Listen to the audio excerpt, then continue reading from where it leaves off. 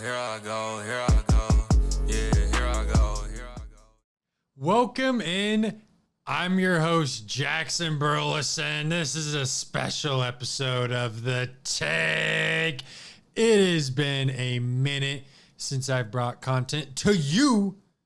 I know it's been like 10 days, something like that. I apologize. We have been really trying to see how these NBA Conference Finals series are going to unfold. The Knicks and Pacers, they still are in a series. They're going back to Game 6 in Indiana.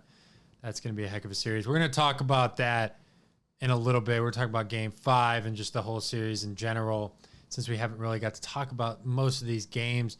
And then also, the Western Conference Finals wrapped up. The Thunder are in the NBA Finals for the first time since 2012. So we'll also break down what they're doing well in these NBA playoffs.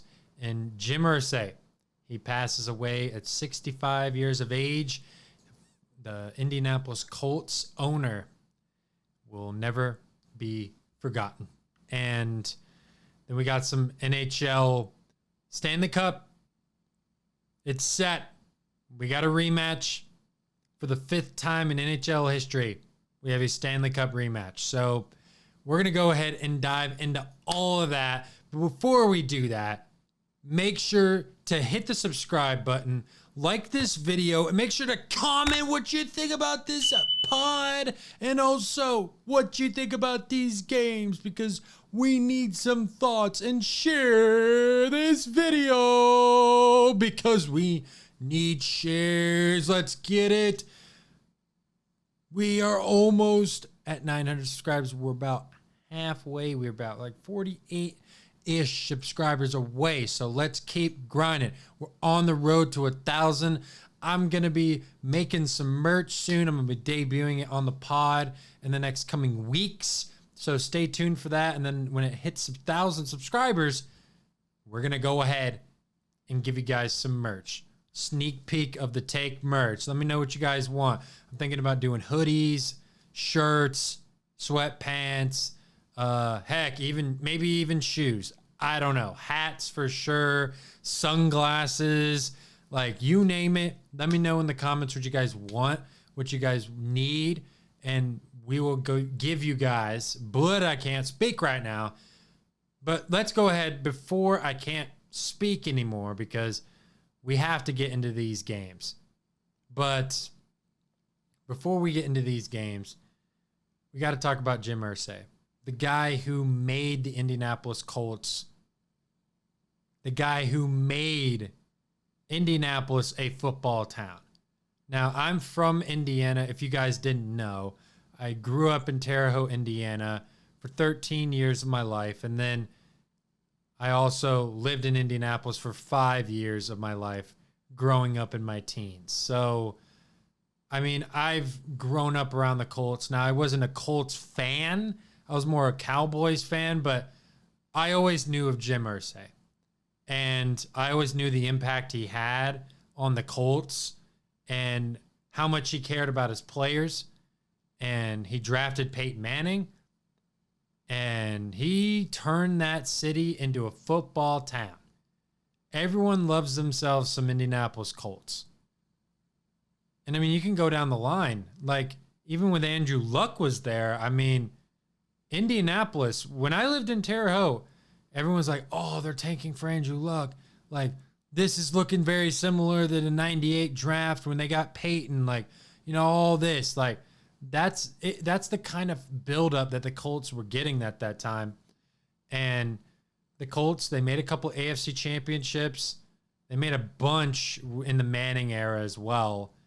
They only came away with one Super Bowl, which is crazy to look back on some of those teams and go, man, they only got one? Like, you had Peyton Manning, Joseph Adai. You also had at one point, like, Reggie Wayne, Marvin Harrison, Jeff Saturday, Robert Mathis, Dwight Freeney. I mean, those Colts teams were stacked. Like, Dallas Clark, tight end. I mean, I could go on and on and on. On and on and on. But the guy who made all that possible was Jim Irsay. And I mean, he won a Super Bowl. Okay? He made 9 straight playoff appearances at one point as an owner of the Colts. And he turned them around at one point. They traded for Eric Dickerson in the 90s, and he turned it around. He was also a GM as well coming up. He was the youngest GM when he first started. He was like 24 years old. I mean, he slept, ate, and breathed football. Like, that was what Jim Irsay did. And he had a complicated history. You know, he had a hard time with drugs and his family members. He didn't grow up with a brother or sister. They passed away when he was very young. He was like 11 years old. Very unfortunate the way he grew up, and I honestly feel bad for how that all transpires. You can't fix that. But Reggie Wayne got really emotional at a press conference after he died, and we're going to go ahead and listen to Reggie Wayne, who should be in the Hall of Fame. I don't know what it's taking the NFL so long to do this for, but he really got emotional when it came to Jim Irsay. So let's take a listen. Yeah, it's like losing a family member, right?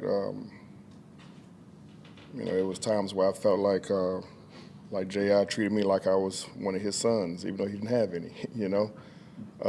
It's kind of funny because that's part of the conversation me and Edge had, you know. It was like we were his sons. Like he would have did anything for us. So when you lose something like that, it definitely shocks the soul. Yeah, and he was young, man. I mean, 65 years old. That's a pretty young age. But yeah, he's gone way too soon.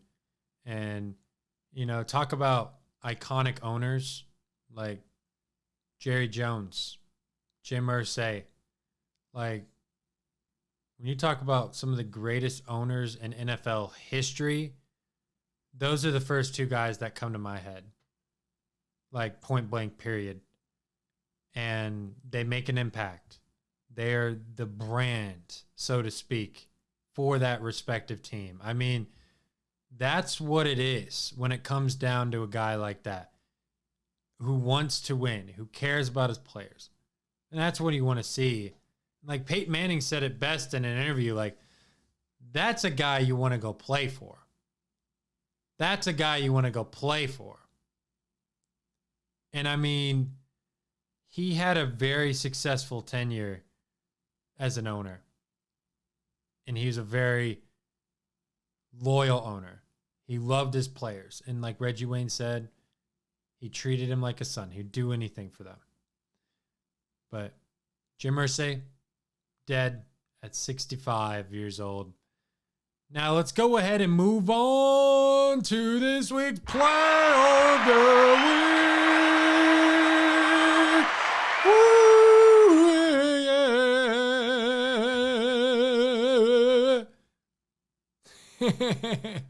yeah. Now we got me over here singing, but this week's Play of the Week was actually a pretty good one.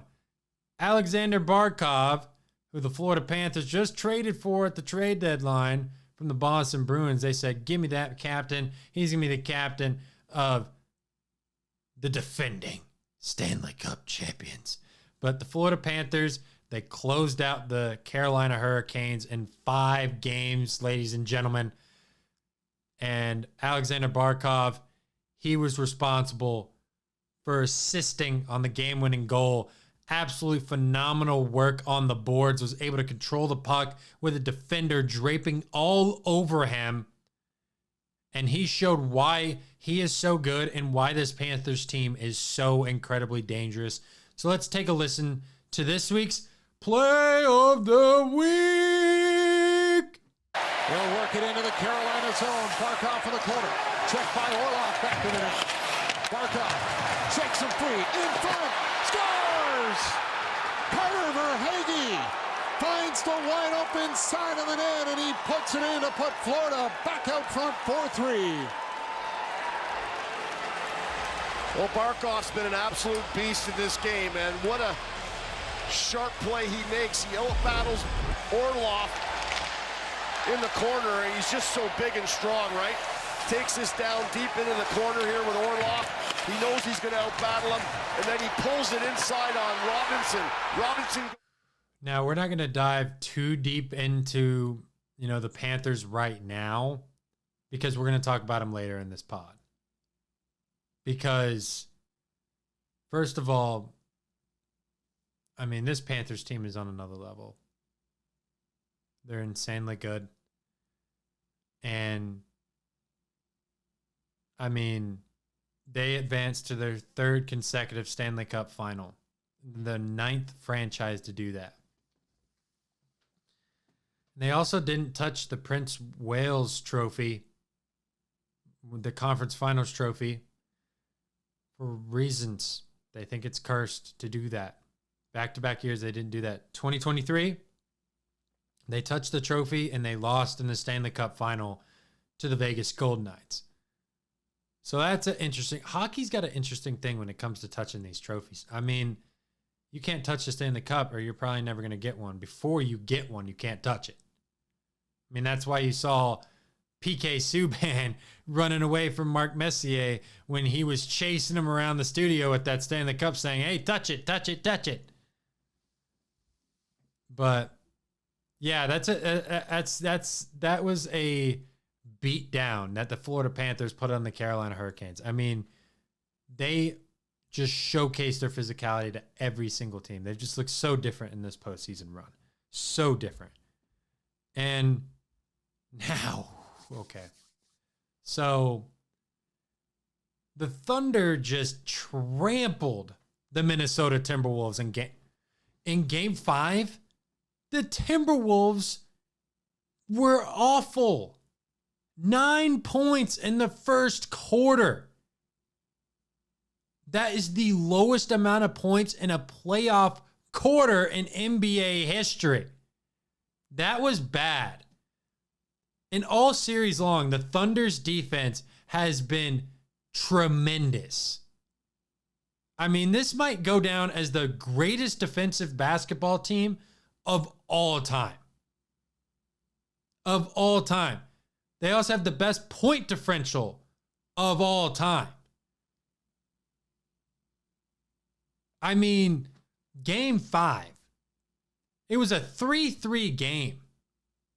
Anthony Edwards had to switch directions 4 times before even crossing the half-court line and still got rid of it barely past the half-court line. This Thunder ball pressure is just different, man. And there's no way that any team in the NBA beats this team in the finals. Whether that's the Knicks or whether that's the Pacers. This Thunder defense is way too good.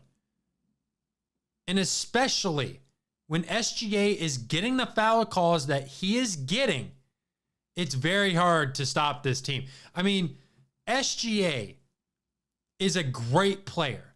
Don't get me wrong, but he really reminds me a lot of MVP James Harden.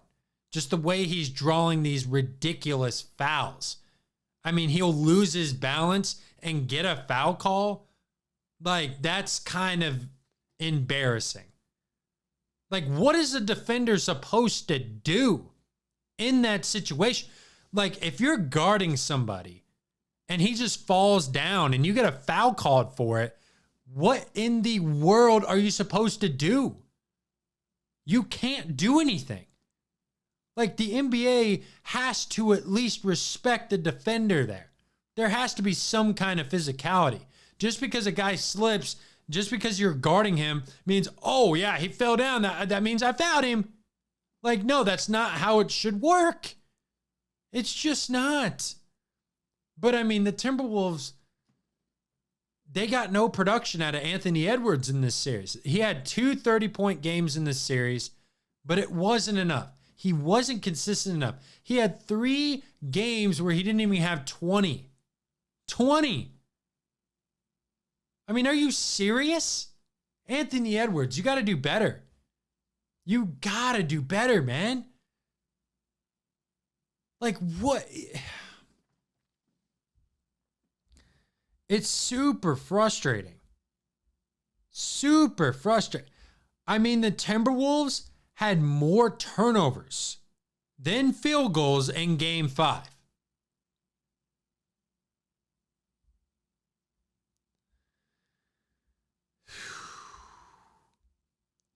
And I mean, this Thunder team is the youngest team in NBA history to make the NBA Finals. And they're led by SGA, who's had 11 30-point games in the playoffs.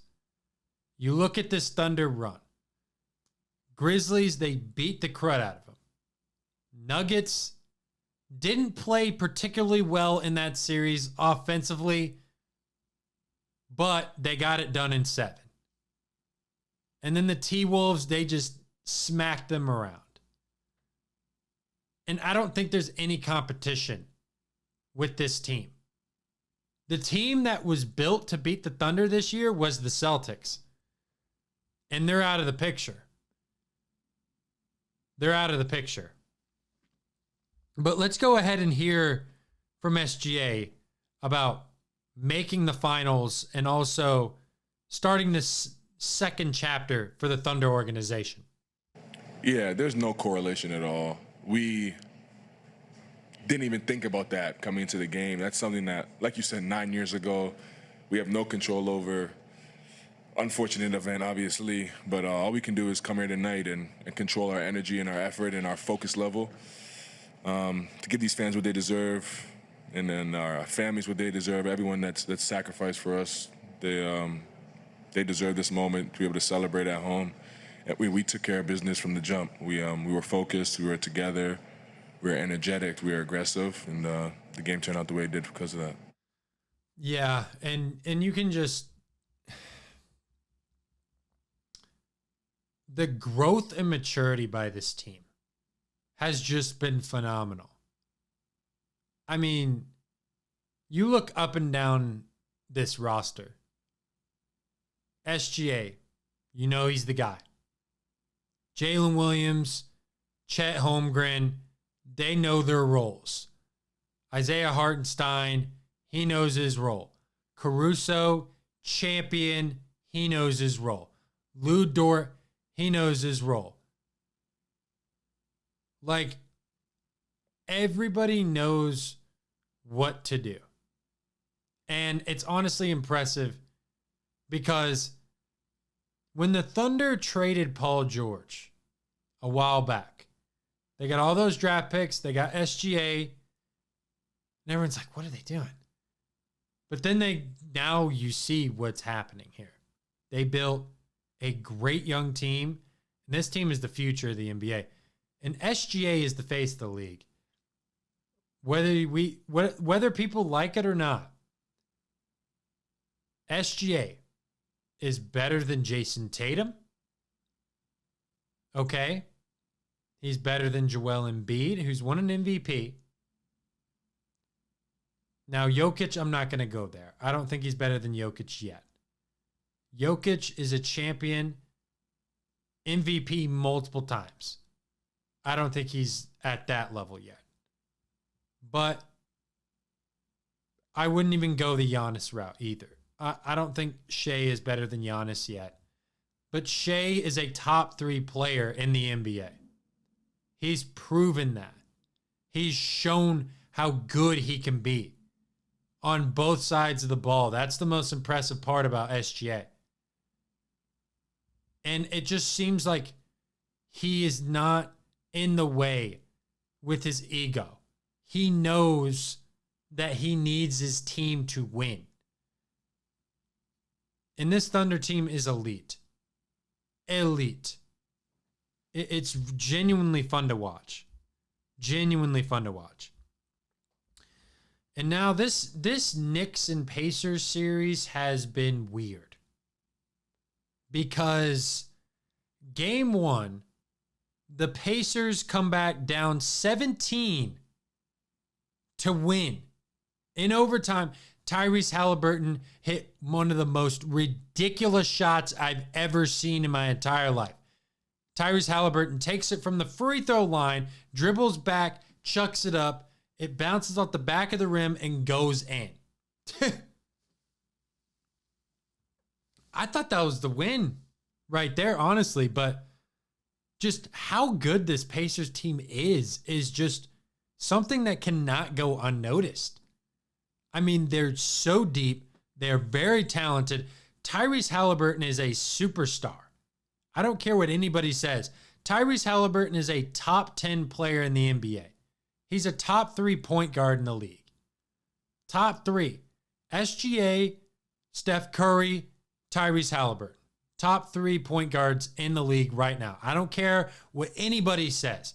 Tyrese Halliburton, he is an amazing passer. He is a great rebounder. He is an elite defender. And he can also score the basketball at will whenever he feels like it. Whenever he feels like it. But then this Pacers team has such a great supporting cast around him.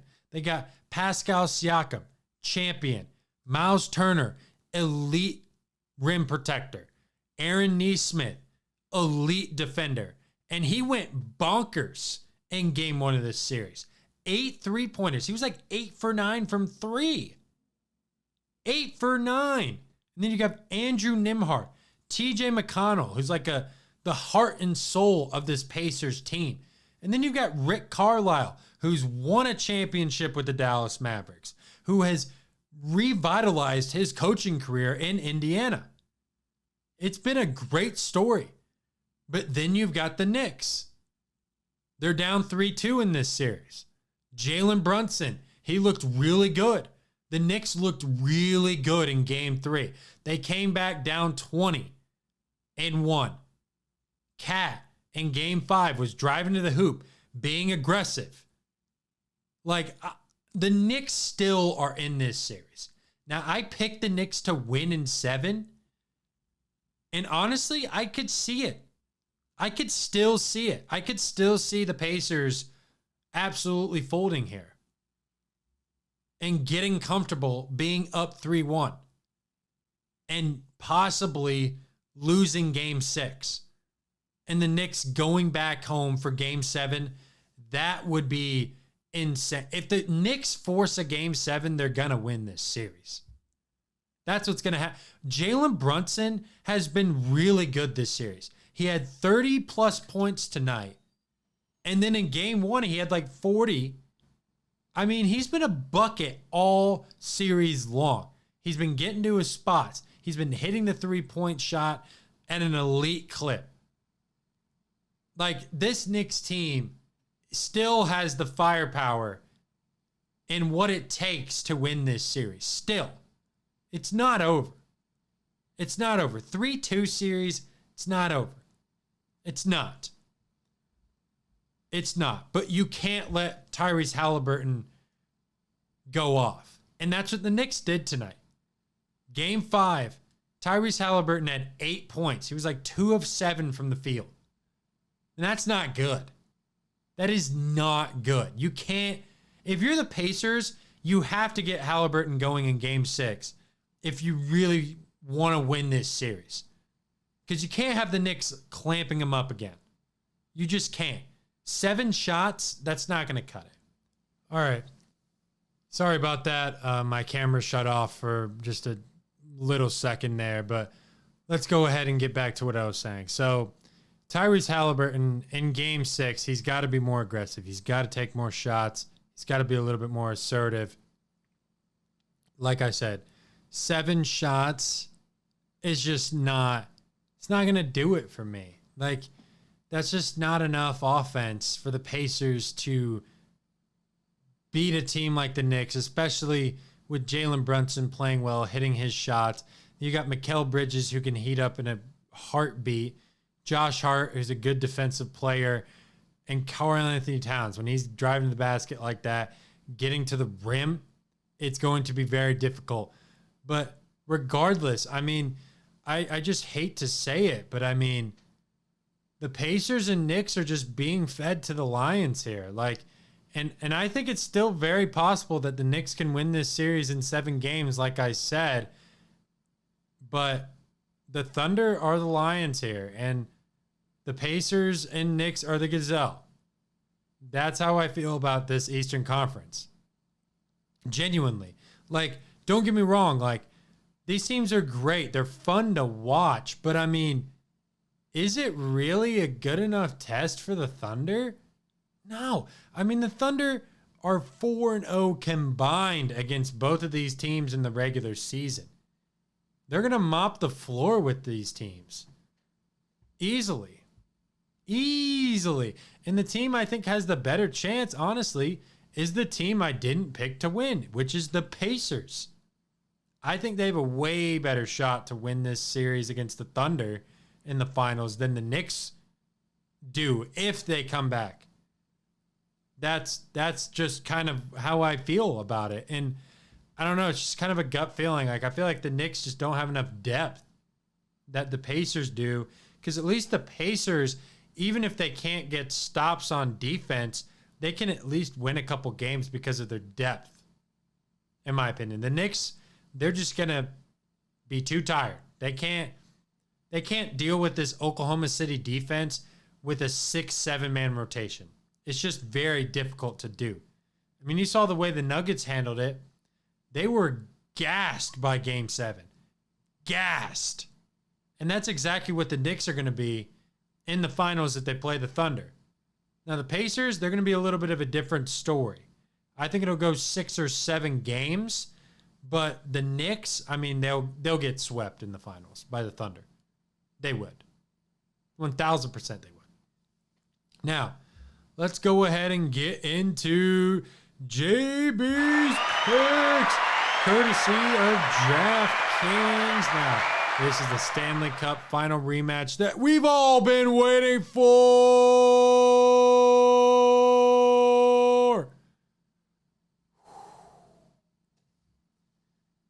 I got my dream.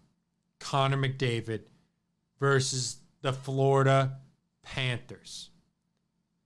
And the Oilers open up as the Game 1 favorites at -120. This is interesting because the Panthers are a better team. They've gotten better. They're better than they were last year. But guess what? I don't care about that. You're dealing with the best player in the NHL. Connor McDavid will get his first ring in the NHL. He is going to have an all-time great performance once again. He's going to step up to the spotlight and absolutely show this Florida team who's boss. He's been doing it all playoffs long. Now, he hasn't had nearly the playoff run he had last year statistically, but he's almost got the same amount of goals, and he's going to have to score a lot more. And I think McDavid, he gave this Stars team a lot of problems. And I know Ottinger was out for Game 5, but the Oilers were still just dominating this series. And the Stars are a good team. They were the favorites in most people's eyes to win the whole thing. But the Oilers are back. And the odds makers, they have both of these teams -110 to win this series. That's how close they think this series is going to be, even without Zach Hyman healthy for the Edmonton Oilers. And that's why I'm going -110 for the Oilers to win the Stanley Cup. I said this literally this time last year with my brother on the podcast that the Oilers were going to win the Stanley Cup final. They were the favorites after the season last year to win it all. And I'm sticking with my pick. I'm not going away from that. Not at all. Connor McDavid is going to shut everybody up, Gabe. I don't want to hear it. He is going to get his ring. He's going to show why he is a great player, an all-time great player, a top 5 player of all time. He has speed. He is an amazing puck handler. He is a great passer, great leader. and can score the puck whenever he wants. Give me the Oilers in 6 to beat the Panthers. Yeah, you heard me. Yeah, and I don't care. I don't care. I don't care. But this is going to go ahead and do it for today's episode of The Take. I'm your host, Jackson Burleson. Of course, make sure to hit the subscribe button, like this video, comment, and also hit the notification bell because we need to know what your thoughts are. And also, you need to see when my videos are getting posted so you can see my updates and my takes. But we will see you guys in the next episode. Peace. Talk to me, baby. Talk to me nice. I'm from another world, baby, yeah. Broadway paradise. They think I'm way too cold, cause I put my